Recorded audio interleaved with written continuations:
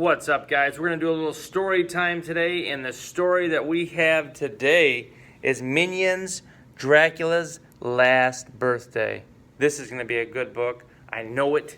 And you know what we're going to do? We're going to do something kind of fun. I think we're going to do it in the voice of Gru. So let's try to do that today and see if we can read this book kind of like Gru would read it. Are you ready? I'm ready. Minions have roamed the earth since the beginning of time. Before there was Gru, before there were evil gadgets to invent, before there were supervillains who wanted to take over the world, they were minions. Ever since the very first minion crawled out of the ocean and onto the dry land, these little yellow creatures have been searching for one thing: the most terrible, wicked, despicable master they could find. Who could it be? I don't know. The minions lived to serve.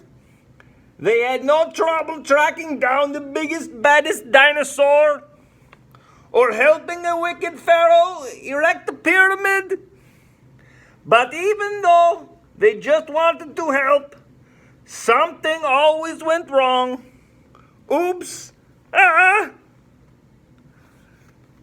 Crazy minions. Whenever disaster struck, the minions kept moving. One day they came across a dark stone castle. It looked creepy and creaky and cold. It was perfect.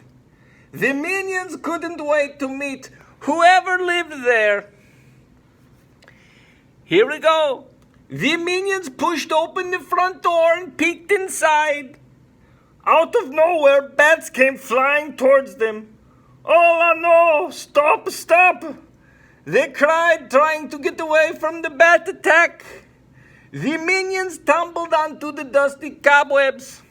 They jumped into sticky cauldrons. They hid behind heavy, dirty curtains. They're not good.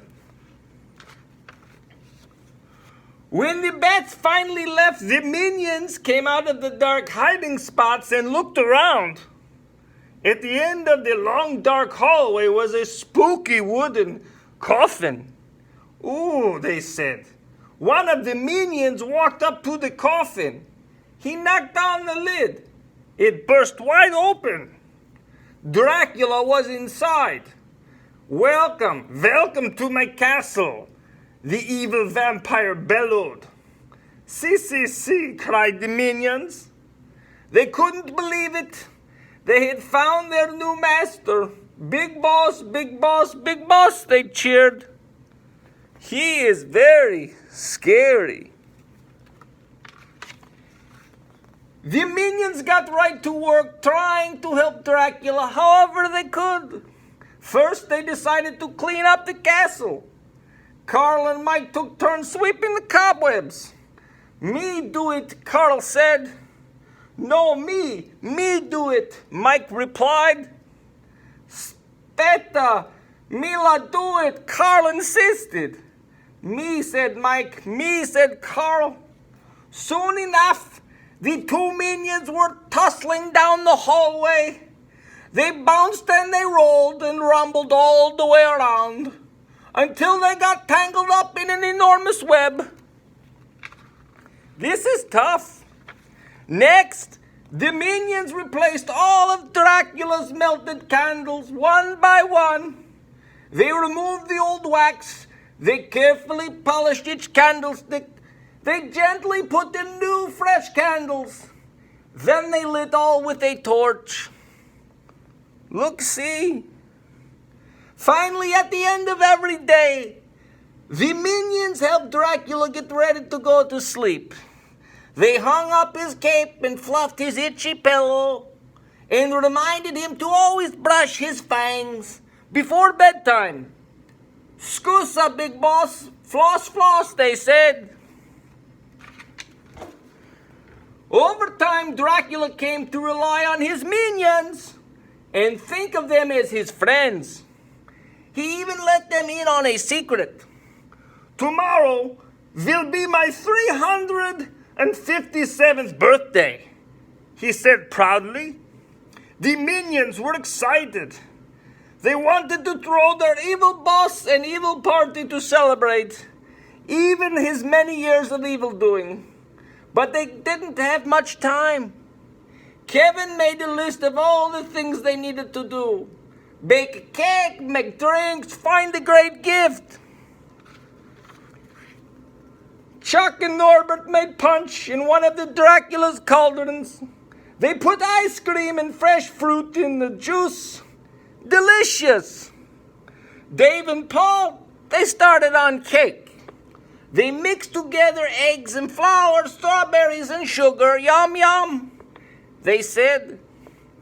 Finding the right gifts was the hardest part. What does a minion get for a villain who has it all? The minions put their heads together until they thought of the perfect present. A portrait of Dracula with all his yellow friends by his side. They got to work painting their masterpiece.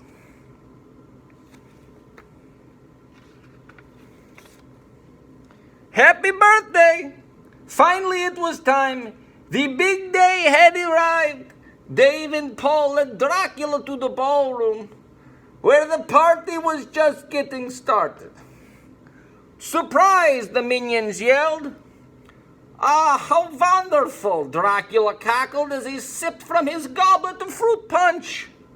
Big boss, big cake, said Kevin.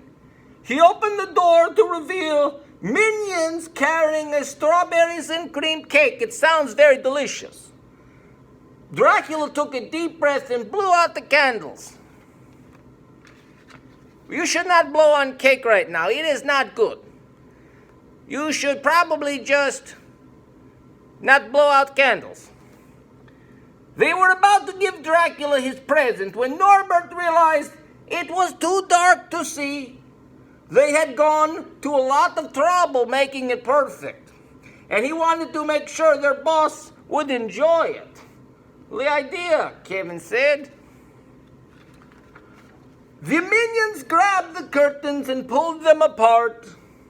Sunlight poured in and onto their painting. Paratu, Big Boss, the minions cooed, admiring their work of art. Dracula did not reply. Big Boss, they said.